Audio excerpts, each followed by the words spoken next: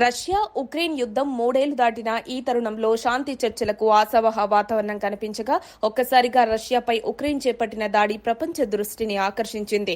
June 1, 2025న 117 డ్రోన్లతో Russian వైమానిక స్థావరాలపై Ukraine జరిపిన దాడి పెర్ల్ హార్బర్ తరహాలోని ఘట్టంగా అభివర్ణించబడుతోంది. ఈ దాడిలో TU-95, TU-22 బాంబర్లతో పాటు A-50 ఎయిర్బోర్న్ రాడార్ విమానాలు లక్ష్యంగా మారాయి. మొత్తం దాడిలో రష్యా బాంబర్ విభాగంలో 30% మేర నష్టపోయినట్లు సమాచారం. ఈ దాడికి ఉక్రెయిన్ గత 18 నెలలుగా ప్రణాళిక వేసినట్టు తెలుస్తోంది. డ్రోన్లన్నీ షిప్పింగ్ కంటైనర్ల నుంచి విడిచిన తర్వాత టార్గెట్లు ఖచ్చితంగా ఎంచుకుని రష్యా సైనిక సదుపాయాలను ధ్వంసం చేశాయి. జూన్ 2న ఇస్తాంబుల్లో 2వ విడత శాంతి చర్చలు జరగాల్సి ఉండగా ముందు రోజు ఈ ఘాటు దాడి జరగడం గమనార్హం. మే 16న జరిగిన మొదటి చర్చల్లో పెద్ద ఎత్తున ఖైదీల మార్పిడి కూడా జరిగింది. అయితే ఈ దాడి నేపథ్యంలో శాంతి చర్చలపై అనిశ్చితి నెలకొంది. ఈ దాడిని రష్యన్ మీడియా 1941లో జపాన్ అమెరికాపై చేసిన పెర్ల్ హార్బర్ దాడికి సారూప్యంగా చూస్తోంది. అప్పట్లో శాంతిని కోరుతున్న అమెరికా జపాన్ దాడితో యుద్ధంలోకి దిగాల్సి వచ్చింది. అలాగే ఇప్పుడు రష్యా కూడా ఉక్రెయిన్ ముద్ర వేసింది అంటూ ప్రచారం చేస్తోంది. ఉక్రెయిన్ ఈ దాడిలో నాటో ఆయుధాలు వాడలేదని స్పష్టం చేసింది. అధ్యక్షుడు జెలెన్స్కీ స్వయంగా ఈ అంశాన్ని వివరించారు. ఇందులో తాము స్వయంగా తయారు చేసిన డ్రోన్లనే ఉపయోగించినట్టు వెల్లడించారు. దీనివల్ల నాటోపై రష్యా కోపం వెళ్లలేదనే సంకేతాలు పంపాలన్న ఉద్దేశమని విశ్లేషకులు భావిస్తున్నారు. వారు పునీతంగా చెప్పుకున్న ప్రతీకారం ఖాయమని రష్యా అధికారుల వ్యాఖ్యలు తీవ్ర ఆందోళన కలిగిస్తున్నాయి. రష్యా ఉపయోగించగల అవకాశం ఉన్న ఓ శక్తివంతమైన ఆయుధం ఒరేష్నిక్ హైపర్సోనిక్ బాలిస్టిక్ మిసైల్. శబ్దం కన్నా వేగంగా ప్రయాణించగల ఈ ఆయుధం ఒకేసారి అనేక లక్ష్యాలను ఛేదించగలదు. దీనిని అడ్డుకోవడం సాధారణ రక్షణ వ్యవస్థలకు సాధ్యం కాదన్నది నిపుణుల అంచనా.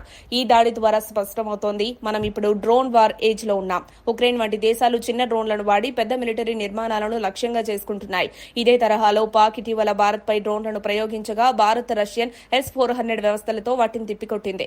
ఇదే టెక్నాలజీని రష్యా తన మీద జరిగిన దాడిని అడ్డుకోవడంలో మాత్రం వాడలేకపోయినా ఇర్క్సమ్ ఐరనీపై నిపుణులు గమనిస్తున్నారు. ఈ రోజు డ్రోన్లు సాధారణ గన్స్ ను మాత్రమే కాకుండా యుద్ధ విమానాలను కూడా రీప్లేస్ చేసే స్థాయికి చేరుకున్నాయి. ముఖ్యంగా ఫస్ట్ పర్సన్ వ్యూ డ్రోన్లు వాడి అడ్వాన్స్డ్ వేరియంట్లైన వైర్ గైడెడ్ వర్షన్లు జామ్ చేయాలని అపార రేంజ్ ఉన్న సాంకేతిక వ్యవస్థలు. ఈ పరిణామం మొదటి ప్రపంచ యుద్ధంలో మిషన్ గన్లు, ఫిరంగులు తెచ్చిన మార్పుకు తుల్యం. ఉక్రెయిన్ చేసిన దాడిపై రష్యన్ మీడియా మరో పెర్ల్ హార్బర్ అంటూ భావోద్వేగంతో స్పందించడాన్ని గమనిస్తే రష్యా ఇక వెనక్కి తగ్గే సూచనలు కనిపించడం లేదు. అప్పట్లో అమెరికా జపాన్పై అణుబాంబులు వేసినట్లు ఇప్పుడు రష్యా కూడా ఇదే దిశగా అడుగులు వేస్తుందా అనే ప్రశ్నలు తలెత్తుతున్నాయి. ఒకవేళ రష్యా అణ్వాయుధాలు ప్రయోగిస్తే ఆ దారుణ పరిణామాన్ని ఆపగల శక్తులెవరు? ఇది నిజానికి రష్యా వర్సెస్ నాటో యుద్ధంగా మారే ప్రమాదం ఉంది. ఇలాంటి ఘర్షణాత్మక పరిస్థితుల్లో మధ్యవర్తిగా నిలిచే శక్తులు ఇప్పుడెక్కడున్నాయి? ఈ ప్రశ్నలకు సమాధానం దొరకటం లేదు. అధ్యక్షుడు జెలెన్స్కీ స్పైడర్ వెబ్ పేరుతో ఈ డ్రోన్ దాడికి పూర్తి బాధ్యత వహించారు. ప్రత్యేక దళాల నేత వాసిల్ మలియుక్ ను కొనియాడుతూ సోషల్ మీడియా ద్వారా స్పందించిన జెలెన్స్కీ రష్యా సర్కార్ను మరింత రెచ్చగొట్టయ్యారు. 4000 కిలోమీటర్ల దూరంలో ఉన్న లక్ష్యాలను ఛేదించామన్న అతని వ్యాఖ్యలు దూకుడుగా మారాయని విమర్శలు ఉన్నాయి. ఈ దాడితో ఉక్రెయిన్ రష్యాను తీవ్రంగా ఛాలెంజ్ చేసింది. అయితే రష్యా దీనికి ఎలా ప్రతిస్పందిస్తుందనేది అంతా ఎదురు చూస్తున్న కీలక అంశం. ఇది శాంతి అవకాశాలపై నీడవేసే చర్యగా భావిస్తున్నారు. ప్రస్తుతం ప్రపంచం ఎదుర్కొంటున్న ప్రశ్నలు: రష్యా ప్రతీకారం తీసుకుంటుందా లేక మరో శాంతి చర్చల దిశగా వెళ్తుందా?